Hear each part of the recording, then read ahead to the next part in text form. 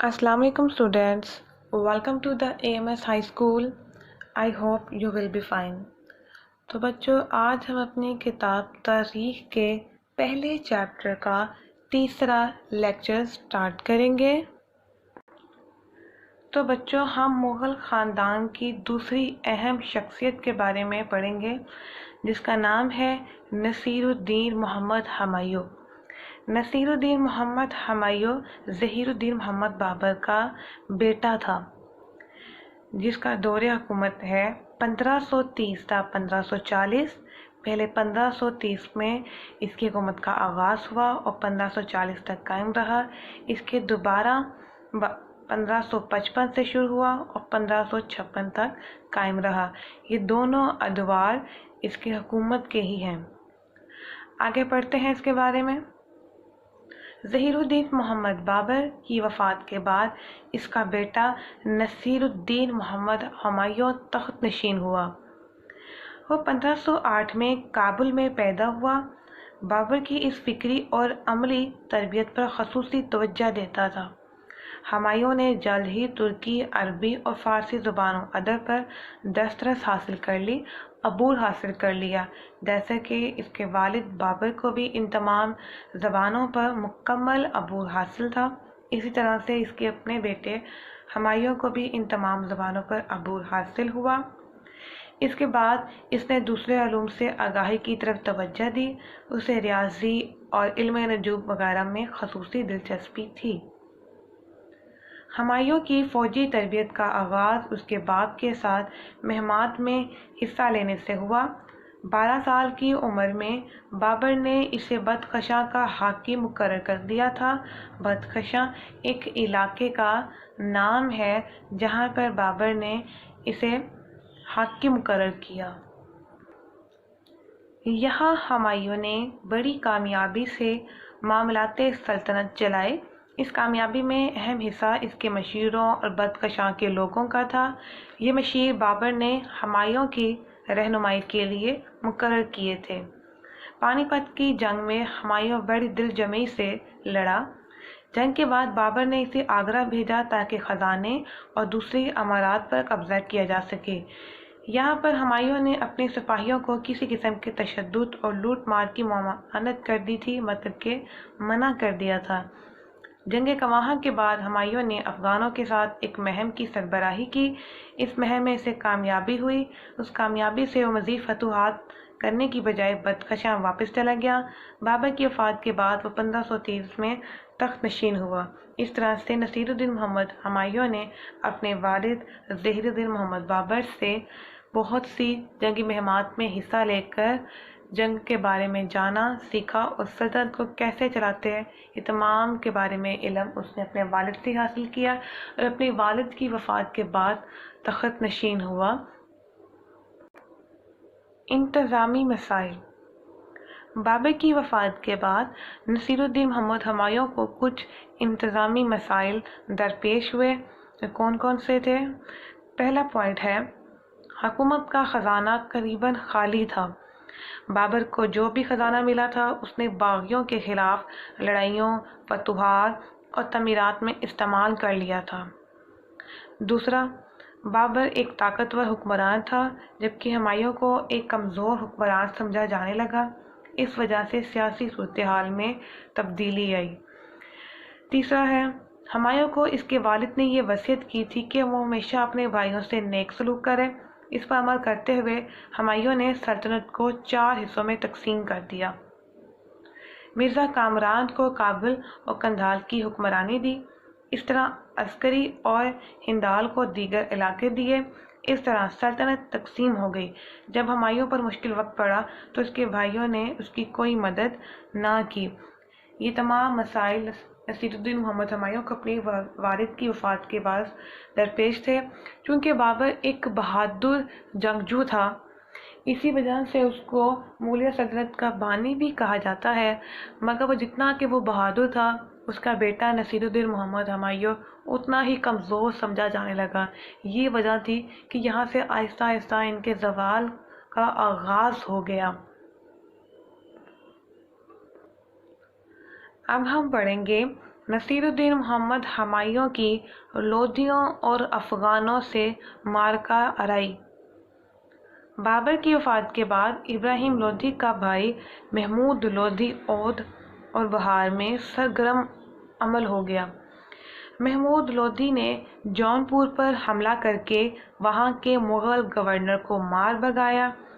ہمایوں جونپور کی طرف بڑھا اور محمود لودھی کو شکست دے کر بہار کی طرف بھگا دیا اور جونپور پر قبضہ کر لیا۔ ہمایوں نے اپنی پیش قدمی جاری رکھی اور چنار کا محاصرہ کر لیا۔ چنار میں ان دنوں شیر شاہ سوری کا تسلط تھا، مطلب کہ اس کی حکومت تھی۔ ہمایوں نے 4 ماہ تک محاصرہ جاری رکھا لیکن قلعہ فتح نہ ہو سکا۔ شیر شاہ نے ہمایوں کو اپنی اطاعت کا یقین دلایا، مطلب کہ اس کو یقین دلایا کہ وہ اس کے ساتھ ہے، اور اپنے بیٹے کو 500 سپاہیوں کے ساتھ ہمایوں کے پاس بھیج دیا۔ چنار میں صلح کا فیصلہ ہوا۔ اس طرح ہمایوں نے شیر شاہ سوری کی ابھرتی ہوئی طاقت کو ختم کرنے کا یہ سنہری موقع گنوا دیا۔ شیر شاہ سوری ایک منجھا ہوا سیاستدان اور ایک ہوشیار جرنیل تھا۔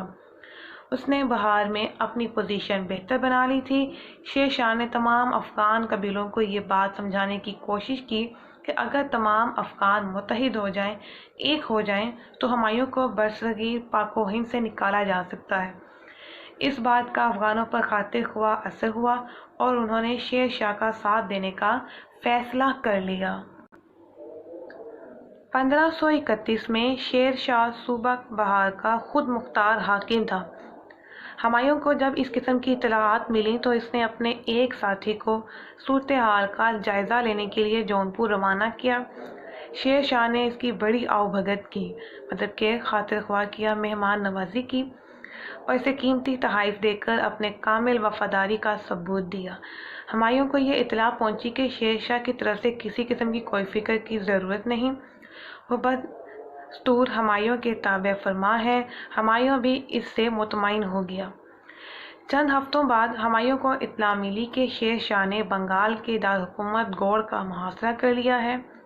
ہمایوں کو شیر شاہ کی اس حرکت پر بڑا غصہ آیا اور اس نے چڑھائی کا فیصلہ کر لیا، کیونکہ وہ ایک طرف تو اس کے ساتھ وفاداری کا وعدہ کر رہے تھے، جبکہ دوسری طرف اسی کی جڑیں کاٹنے کو تیار تھے اور اس نے اپنے ساتھ تمام افغانوں کو ملا لیا تھا۔ اسی دوران شیر شاہ نے بنگال کے ایک وسیع علاقے پر قبضہ کر لیا تھا۔ ہمایوں نے بنگال میں پیش قدمی کا فیصلہ کر لیا۔ ہمایوں کی پیش قدمی کے پیش نظر شیر شاہ پیچھے ہٹتا گیا اور ہمایوں بلا مزاحمت 1538 میں گوڑ میں داخل ہو گیا۔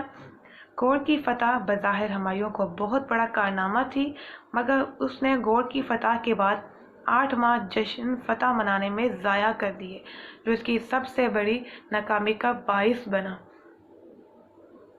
اس تمام عرصے میں شیر شاہ نے اپنی پوزیشن مضبوط کر لی اور موقع پاتے ہی آگرہ سے آنے والی سپلائی لائن کاٹ دی۔ ہمایوں کو اپنے دارالحکومت آگرہ سے رابطہ منقطع ہو گیا، کیونکہ آگرہ ہمایوں کا دارالحکومت تھا۔ جب اس کے ساتھ ہی اس کا جو رابطہ تھا وہ ختم ہو گیا تو اس کی ناکامی کی سب سے بڑی وجہ یہ بنتا چلا گیا۔ اس نے فوراً اپنے بھائی مرزا ہندال کو سپلائی لائن بحال کرنے کے لیے روانہ کیا، مگر مرزا ہندال نے آگرہ پہنچ کر اپنے بادشاہ ہونے کا اعلان کر دیا۔ یوں اس کو چاروں طرف سے ہی لوگوں کی وفاداری جو کہ اس کے ساتھ نبھانے کا ڈھونگ کر رہے تھے، انہوں نے ہی چاروں طرف سے مل کر اس کو دھوکہ دینے کی کوشش کی اور اپنی اس کوشش میں کافی حد تک کامیاب بھی ہوئے۔ اس نازک موقع پر ہمایوں نے گوڑ میں اپنا گورنر مقرر کر کے واپسی کا سفر شروع کر دیا۔ شیر شاہ بڑی ہوشیاری سے ہمایوں کو گھیرے میں لینے کی کوشش کر رہا تھا۔ اس نے ہمایوں کو آگے بڑھنے دیا اور ہمایوں آخرکار بلا مزاحمت منگیز پہنچ گیا۔ منگیز کے نواح میں شیر شاہ اپنے لشکر سمیت اس کے انتظار میں تھا۔ ہمایوں کو جب شیر شاہ کے لشکر کی خبر ملی تو اس کے ساتھیوں نے مشورہ دیا کہ شیر شاہ پر فوراً حملہ کر دیا جائے۔ ہمایوں نے اپنی تساہل پسندی سے مطلب کہ اپنی کاہلی سے کام لیتے ہوئے چند ہفتے آرام کرنے کا فیصلہ کیا۔ اسی دوران میں شیر شاہ نے اپنی فوجی طاقت بڑھا کر میدان جنگ میں اپنے حق میں کر لیا۔ اب ہمایوں نے گفت و شنید سے مطلب کے مشورے سے شیر شاہ سے صلح کرنا چاہی، مگر وہ کامیاب نہ ہو سکا۔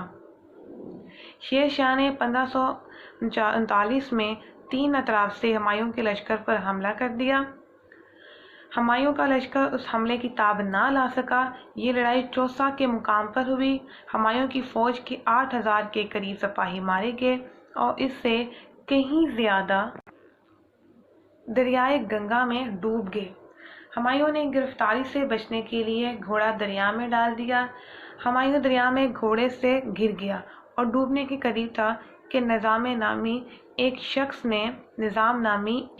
نے اسے بچا لیا۔ ہمایوں نہایت خستہ حالت میں آگرہ پہنچا۔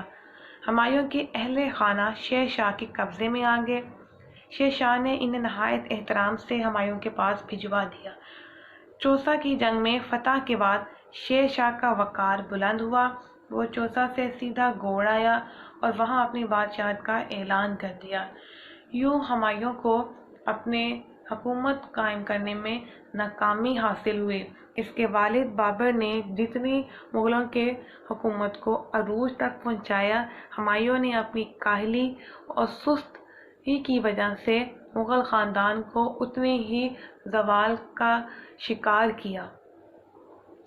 آگے ہم پڑھیں گے ہمایوں کے اقتدار بحال کرنے کی ناکام کوشش۔ جب وہ سب کچھ اپنا ہار چکا تھا، اپنی تمام حکومت کھو چکا تھا، وہ ایک مرتبہ دوبارہ سے اپنی حکومت کو حاصل کرنے کی اس نے کوشش کی، مگر وہ اپنی اس کوشش میں بھی ناکام رہا کیونکہ اس کے چاروں اطراف سے اس کو دھوکہ دیا گیا۔ ہمایوں نے آگرہ پہنچ کر اپنے بھائی مرزا ہندال کی تخت نشینی کی خطا کو معاف کر دیا۔ اس نے اپنے لیے زیادہ سے زیادہ طاقت جمع کرنے کی کوشش کی اور اس سلسلے میں تمام رشتہ داروں اور بھائیوں سے مدد کی اپیل کی، مگر سب نے معذوری کا اظہار کر لیا، مطلب کہ بہانہ بنا کر انکار کر دیا۔ آخر ہمایوں نے بڑی محنت کے بعد 40,000 سپاہیوں پر مشتمل ایک لشکر تیار کیا۔ اس لشکر میں اکثر سپاہی ناتجربہ کار تھے، غیر منظم فوج تھی اس کی، بلکہ ان میں سے ایسے لوگ بھی شامل تھے جنہوں نے پہلے کبھی جنگ میں حصہ نہ لیا تھا۔ شیر شاہ کو جب ہمایوں کی تیاریوں کی اطلاع ملی تو اس نے فوراً کنوج کا رخ کیا۔ ہمایوں کی آمد سے پہلے ہی شیر شاہ نے اپنی پسند کی جگہ پر پڑاؤ ڈال دیا۔ ہمایوں جب یہاں پہنچا تو اسے ایک جگہ پر اپنا کیمپ لگانا پڑا۔ اسی دوران میں بارشیں شروع ہو گئیں اور ہمایوں کی کیمپ والی نشینی جگہ میں پانی بھر گیا۔ اب ہمایوں کے سپاہی پانی کی وجہ سے اپنی جگہ بدل رہے تھے تو شیر شاہ نے اچانک حملہ کر دیا اور ہمایوں کے سپاہی بغیر لڑے میدان سے بھاگ نکلے۔ یوں شیر شاہ نے یہ جنگ جیت لی اور یوں ہمایوں کو ایک مرتبہ پھر سے ناکامی کا منہ دیکھنا پڑا۔ ہمایوں کی جلا وطنی۔ ان تمام ناکامیت کو منہ دیکھنے کے بعد ہمایوں کو ایک اور مشکل سے دوچار گزرنا پڑا، وہ تھی کہ جلا وطنی۔ جلا وطنی سے مراد اس کو اپنے ہی ملک سے نکال دیا گیا۔ کنوج کی لڑائی میں شکست کے بعد ہمایوں بڑی مشکل سے آگرہ پہنچا۔ شیر شاہ اس کا تعاقب کر رہا تھا۔ ہمایوں نے گرفتاری سے بچنے کے لیے دہلی کا رخ کیا۔ آگرہ سے ہمایوں کے نکلتے ہی شیر شاہ نے آگرہ پر قبضہ کر لیا۔ دہلی میں اب رکنا ہمایوں کے لیے سخت خطرے کا باعث ہو سکتا تھا۔ اس نے لاہور کی طرف روانہ ہونا بہتر جانا۔ اب دہلی پر بھی شیر شاہ کا قبضہ ہو گیا تھا۔ لاہور سے ہمایوں سندھ پہنچا۔ یہاں سے اس نے قندھار کا رخ کیا۔ اس زمانے میں اس کا بھائی مرزا عسکری قندھار کا گورنر تھا۔ اس نے اس مشکل وقت میں ہمایوں کی مدد کرنے کی بجائے اسے گرفتار کرنا چاہا۔ ہمایوں اپنی جان بچا کر سرحد پار کر کے ایران چلا گیا۔ ایران اس زمانے میں ایک مضبوط سلطنت تھی۔ مغلوں کے ساتھ ایران کے حکمرانوں کے تعلقات خاصے بہتر تھے۔ بابر نے کابل کی فتح میں شہنشاہ ایران سے مدد حاصل کی تھی۔ شہنشاہ ایران کو جب ہمایوں کی حالات کا علم ہوا تو اس نے سیستان کے گورنر کو ہمایوں کا شایان شان استقبال کرنے کا حکم دیا، بلکہ شاہ ایران نے تمام صوبائی گورنر کو ہدایت دی کہ ہمایوں جس راستے سے بھی گزرے اسے عزت و احترام سے رکھا جائے۔ ایران میں ہمایوں کے سفر کے دوران میں بادشاہ اور ہمایوں کے مابین خط و کتابت کا سلسلہ بھی جاری رہا۔ جب ہمایوں بادشاہ کے پاس پہنچا تو اس کا بڑے پرتپاک طریقے سے استقبال کیا گیا۔ ہمایوں کو شاہی مہمان کے طور پر ٹھہرایا گیا۔ ہمایوں کی ہندوستان واپسی۔ برصغیر پاک و ہند کی تاریخ میں ایسا بہت ہی کم ہوا ہے کہ کوئی بادشاہ اپنی سلطنت کو ایک دفعہ کھونے کے بعد دوبارہ حاصل کرنے میں کامیاب ہو جائے۔ ہمایوں 15 برس ہندوستان سے دور رہا کیونکہ اس کو جلا وطن کر دیا گیا تھا، اس کو اپنے ملک سے نکال دیا گیا تھا۔